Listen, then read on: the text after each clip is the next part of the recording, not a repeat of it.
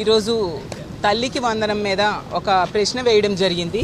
కానీ దానికి గౌరవ విద్యాశాఖ మంత్రి గారు సమాధానం దాటవేసి గత సంవత్సరం అంటే 24-25 అకాడమిక్ ఇయర్ అంటే ఇప్పుడు నడుస్తూ ఉన్న ఇయర్కి ఎంత నిధులు కేటాయించారు అని మేము అడిగితే వాళ్ళు చెప్పింది ఏంటంటే నెక్స్ట్ ఇయర్ 25-26 అకాడమిక్ ఇయర్కి ఎంత కేటాయిస్తున్నామో చెప్పారు. అంటే తప్పించుకునే ధోరణి అన్నమాట. మరి గత బడ్జెట్లో వీళ్ళు 5,387 కోట్లు కేటాయించారు కదా, ఆ నిధులు ఏమయ్యాయి? ఇప్పుడేమో అకాడమిక్ ఇయర్ అయిపోవచ్చింది, ఎగ్జామ్స్ కూడా రాస్తున్నారు ఇంటర్మీడియట్ వాళ్ళు, 10th ఎగ్జామ్స్ కూడా దగ్గరలో ఉన్నాయి. పిల్లలు ప్రైవేట్ స్కూల్స్లో చదివే పిల్లల తాలూకా తల్లిదండ్రులు ఫీజులు కట్టలేక ఇబ్బందులు పడుతూ ఉండే పరిస్థితి.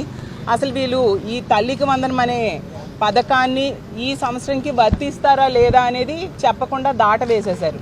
మేము ప్రభుత్వాన్ని సూటిగా ప్రశ్నిస్తూ ఉన్నాం, ఈ అకాడమిక్ ఇయర్కి మీరు తల్లికి వందనం పథకం వర్తింపజేస్తారా లేదా? పోనీ మీరు అది వర్తించక చేయకపోతే జగనన్న పెట్టిన అమ్మఒడి పథకం అది ఒక ఆన్గోయింగ్ స్కీమ్, దాన్నైనా ఇచ్చిన తల్లిదండ్రులకి కొంత ఉపయోగపడుతుంది. అది కూడా ఈ రోజుకి కూడా ఇవ్వని పరిస్థితి.